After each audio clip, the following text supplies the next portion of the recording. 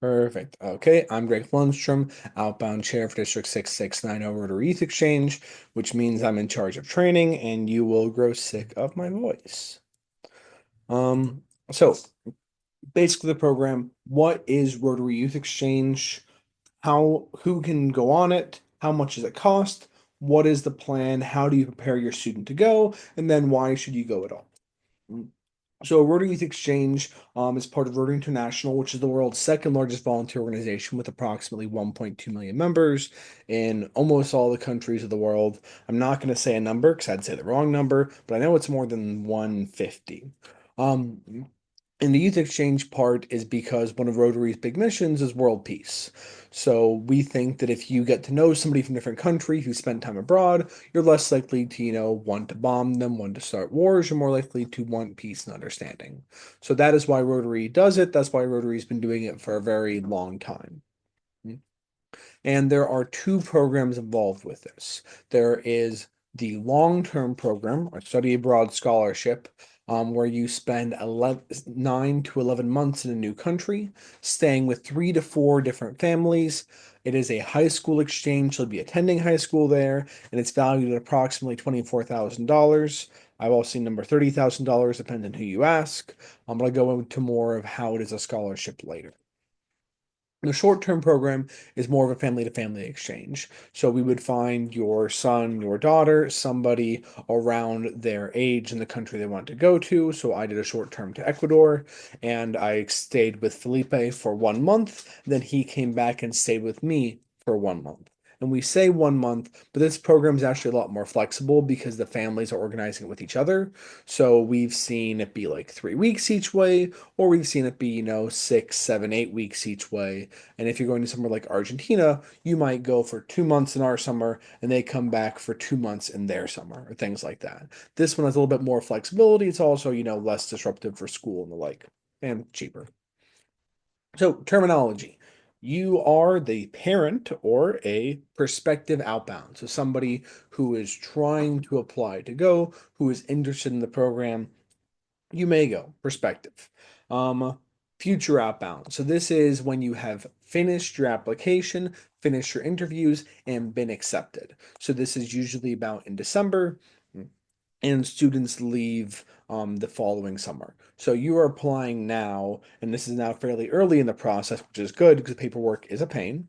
To then submit paperwork by November, get accepted in December, and then you'll be a future outbound until you go abroad. And then you go abroad, you are an outbound while on exchange, or the students visiting from other countries are inbounds. In, out, pretty simple, makes sense.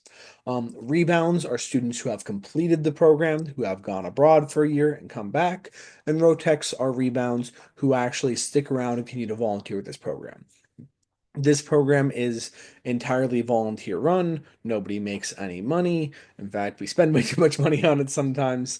So, any students that are moved by it, that are interested, we love to have them come back and help out.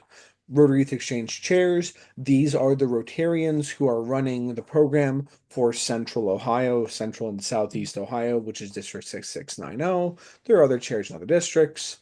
But this would be the short-term chair in charge of the short-term program, long-term chair, the overall chair for the district, the inbound chair, etc. In country contacts, these are only really relevant for long-term students, but this is the volunteers who are experts in that specific country. Because we exchange with over 20 countries, I can't keep track of all the policies in every country. So we have somebody who is an expert for South America, an expert for East Asia, et cetera, who long terms will interact with a lot later on in the program. Who can go? You must be a high school student. Or I guess right now you could actually be a middle school student who will be a high school student by the time you go. And you must be 15 to 18 and a half as of September 1st of the year you go on exchange. That math is really hard. So this is the birth date range. You must be born after the 3rd of 2008 or the March 2008 and before September 2011. Um, You must complete the application and turn in host family forms by the deadline. Host family forms are long term only, but the application is for everybody. And you must attend the interviews, past interviews, and all the mandatory training weekends. For long terms, that is January through May, and another one in July. Short terms, that is February through May. Selection process. This is the other big question people have is like, okay, is this really competitive? How do I get in? Who am I fighting for my spot? I really want to go. I'm willing to take on the world. Um, and the thing with selection process is there's actually a little bit, there's less students who want to go than we have spots for a number of cultural factors in the US. That is not the truth for students coming in. They are fighting 5 applicants per one spot. For you guys, it's kind of the way around. So, we are really trying to select students who are a good fit. So if every student who applies is a good fit, the student's on board, they're independent enough, their parents are supportive, then we can send all of them. If none of them are, we send none of them. That's never happened, hope it never will. Um, but the biggest thing that we care about is actually the interviews and the training weekends. So when you show up to the training weekends, are you listening? Are you following the rules? Are you doing good stuff? Same with the interviews. Like, are you excited about the program? Are your parents on board? Things like that. So what we find sometimes is the student really doesn't want to go, but the parents are trying to push them, or vice versa. And that is something that doesn't work because this is very hard. So you need to be a team doing it together.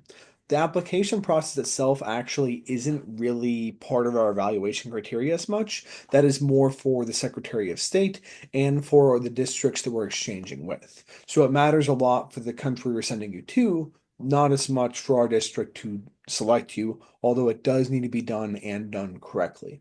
So what that means is that when you submit it, you should submit it very early. We will help you revise it and you will keep going through until it is perfect. So don't worry as much about it being perfect. This is actually really good training for college applications because you get multiple chance. So just be aware that the application, don't stress as much about it being perfect. We're not going to not accept you because of an application unless you know you're just not turning in anything on time and things like that. Okay, country selection. So we have 25-ish countries. They vary by year. This is not an accurate list of countries. This is a list of countries that we had available for long-term students last year. Short term is slightly different. It also varies year by year. I remember when I went on exchange, Russia was on that list. It is no longer on that list. Like Philippines has been on the list, hasn't been, so on and so forth. So just be aware this is not an accurate list, but this is to give you some idea that we are exchanging with, Mexico, North America, a bunch of countries in South America, Ecuador, Brazil, Argentina. Actually, Argentina is not on the list this year. Never mind. Ecuador, Brazil, Peru. Not really any countries in Africa, a lot of countries in Europe. What is that? Spain, France, Germany, Poland, Czech Republic. And then we are also exchanging with countries in East Asia. So that would be Taiwan, Thailand, Japan, um, South Korea, so on. Although, I guess, yeah, sorry. This is why I normally don't have the list written down, is because it does change. Some years South Korea is there, some years it isn't. And that's due to a bunch of factors. If you have more questions, ask and I can tell you. When you select your countries, you will select your top few and then say yes or no to the rest. So short-term students select their top 5, long-term students select their top 10. You will generally get your first choice. So short-term students, almost all of them get their top choice, about 80%. Long-term students, about 50% get the top one. Usually about two-thirds get one of their top 3. But after that, you can end up anywhere on your list. There are also restrictions for specific countries. For example, some countries do not allow certain US ADHD medications. Some country like France has a minimum language skill requirement.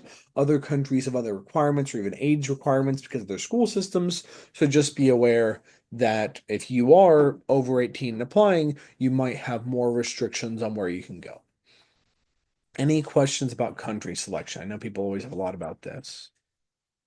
Or we can always talk about it at the end. Okay, cost. That is the other big thing parents care about. Short version. Long term, 6 to 9 thousand, approximately. Short term, about 2.5 to 4 thousand. So for I'm a couple slides breaking it down in more detail, where part of it is the fee. So there is a fee. You pay this before you apply as a check. We only cast the check if you're accepted into the program. If you are not accepted, we tear up the check and it never gets cashed. However, once you have been accepted and this has been cashed, usually it's about a week after interview weekend, there are no refunds because when we are sending you, we are accepting a student in return, and this fee is actually going to cover a lot of the cost of that student in return and fees that we pay to the multi-district and to our partners. So, like when you're accepted, we've already spent that fee. Um, so airline tickets, short terms, you buy the cheap air ticket. That is most of your cost, but that is what makes it a lot cheaper than the long-term program. Because the long-term program, we are buying through a specific travel company. And the reason for this is because they also provide visa support, which is very important for a lot of countries. It's very difficult to get visas. And they support your student and are on call 24/7 while they're flying. They help with booking if there are flight changes necessary. They do a bunch of other things. So these tickets are a little bit more expensive than normal tickets. They're the majority of the cost. Unfortunately, plane tickets in general have been going up. Um, Insurance, that's another part of the cost that you will have to do. Not that much insurance for the short term, more insurance for the long term. There will usually be some visa fees. You must have an up-to-date passport, so that is a cost. A couple other things. Mm. So yeah, just a couple slides about this. So fee, airfare, insurance, and then just a bunch of miscellaneous things. So this will be paying for your language. This will be paying for any necessary vaccines, for mailing documents, whatever else. Then similar for the long term. Um, this is the miscellaneous will be covering language costs again, visiting embassies, whatever else. And we can go back to the end if you have any questions about costs. I just spent a lot of time on this because parents usually, it is a thing that they care about. Now, the next question is, hey, you said the long term program is a scholarship, but I see a cost here. What gives? So, if I was sending a student to college and they received a scholarship, they could receive a scholarship that doesn't cover everything. They could receive a 70% scholarship or a scholarship that covers all the costs going to the school, but not the costs of travel, room and board, and other things. And that's kind of where this program is. It is a scholarship that covers your room and board the time you're there, your food, your school tuitions. As many students go to private schools. For the long-term program, there's about $100 a month approximately, a stipend every month. There are Rotarians that are providing trainings to you before you go and while you are there in the country. There are counselors and people who are meeting with you once a month and doing other things in preparation. They're doing paperwork. So there's a lot of things behind the scenes that are being covered. I know that other non-for-profit programs, like I believe it's AFS, last time I checked, their 1 month program to Japan costs about $10,000, and their 1 year program cost about, I want to say, $27,000. So kind of, and they're also a non-for-profit program. They're not even trying to make money off you. But that is the difference in price, which is why we call it a scholarship. Also, if this is still too much of a financial burden for a family, please let us know. Rotary is a volunteer organization. We do sometimes provide other scholarships on top of this and cover more or all of the cost of the program. But that is kind of on a case by case basis of you actually meeting individual Rotary clubs and trying to fundraise for yourself. So if that is a deal breaker, please let us know. We have taken care of it in the past, but it is a little bit more complicated. Um, yeah, so there are things that are not included. But it is a scholarship that includes a lot of the costs, not all of it. Long term, it ends up being more affordable for your student to be in the country than in our country for the long term program because students are expensive. They eat lots of food, they need lots of insurance, so on and so forth. School credit, this is the other big question that we get a lot, which is will my grades count? What will transfer? So on and so forth. Um, College applications, Rotary Youth Exchange looks really positive, but the high schools, it's a little bit more complicated because it depends entirely on that individual high school, on their principal, on their guidance counselor. So generally, you want to meet with them in advance and get whatever they say in writing, in an email, because sometimes when you come back, they have changed their mind, they've changed principles, whatever else. But we've seen some people get credit for every class, some people get some pass and fail credits, maybe for just like math and English, or some people will get like 2 semesters worth or 2 years worth of foreign language, but nothing else. However, sometimes you don't get anything. And so that is something just to be aware of, to talk to your school about early. And the earlier you do it, the better. So if you talk about them in the spring, that means you have a lot of time to plan your classes and change things accordingly. And we will not do that discussion for you, but if you want advice, reach out to us and we can help you with it and give you some advice. Um, okay. Oh, somebody has to leave a little bit early. All good. Okay, now here is the overall plan for the process. So this is the calendar and schedule. We are in April, so preparing to go. The official training sessions kick off in September. So at September, October, November, there are optional training sessions, but these are really fun. You get to meet the inbound students from other countries and go overnight with them or go to the Circle Pumpkin Festival with them. It's a really great time. I would recommend being there, but also all of these are no commitment. You can show up to all these, never pay a dollar, just have fun and leave. So, on November 15th, the application is due for the long-term students. And then the interviews are the first weekend in December. I should probably have this on the first part of December because of that. For the short-term students, it's a little more complicated because they can submit applications as late as end of February.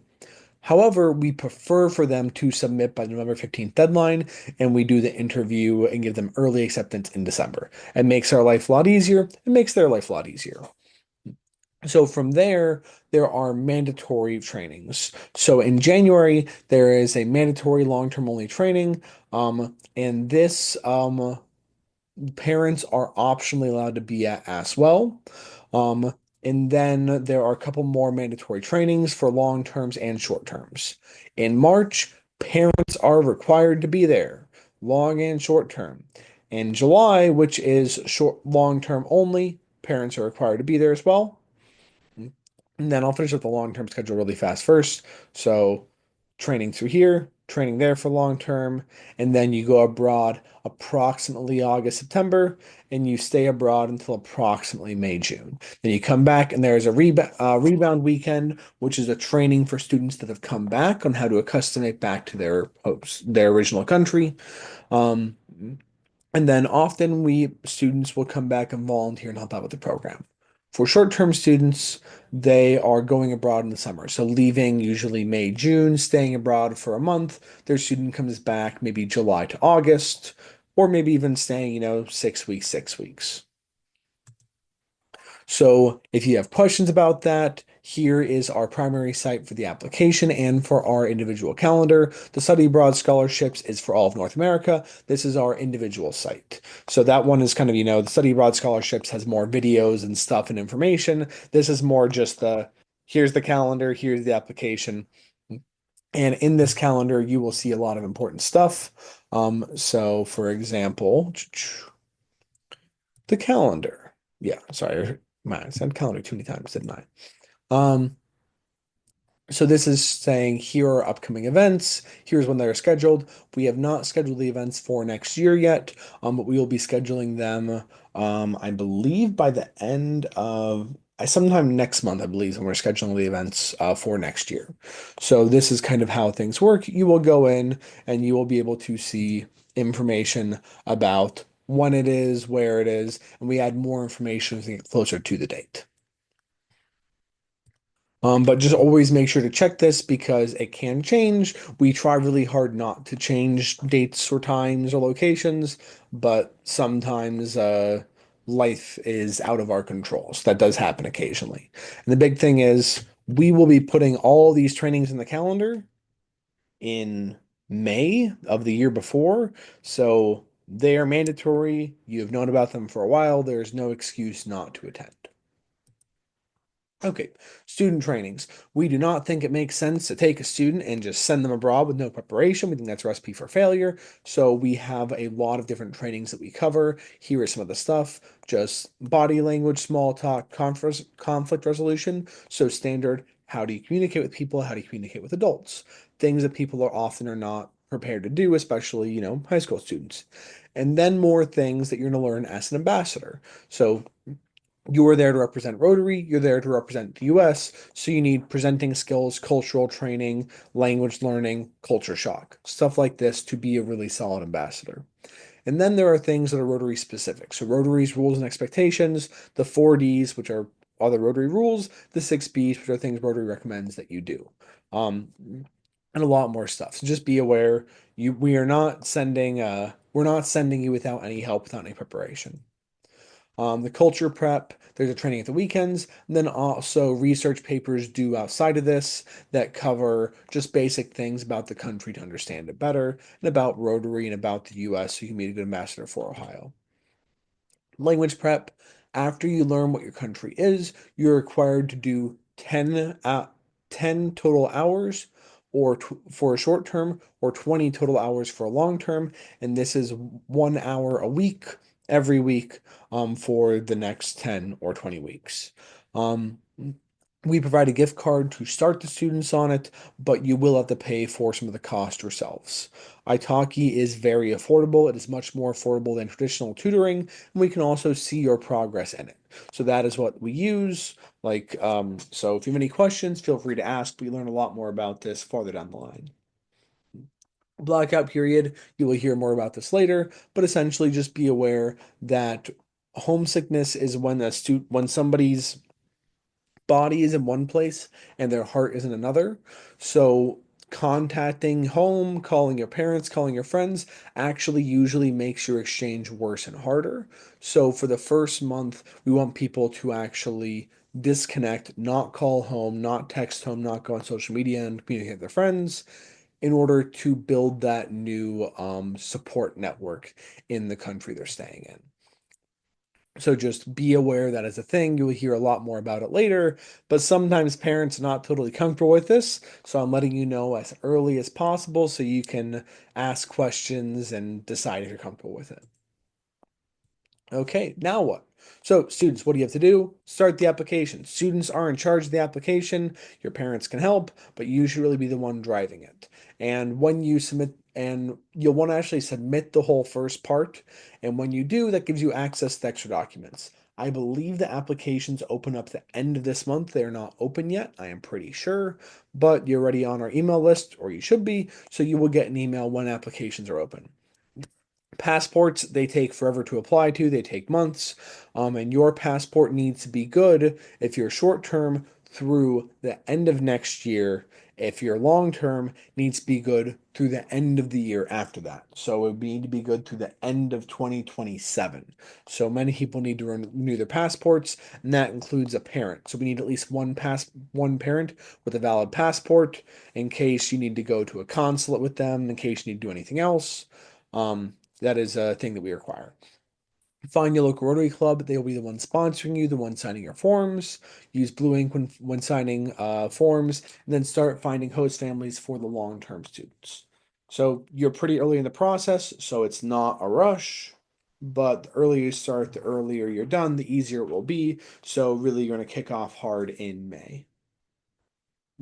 And yeah, so you'll want to keep submitting things till you get to the section like this, where you actually see things about getting larger forms.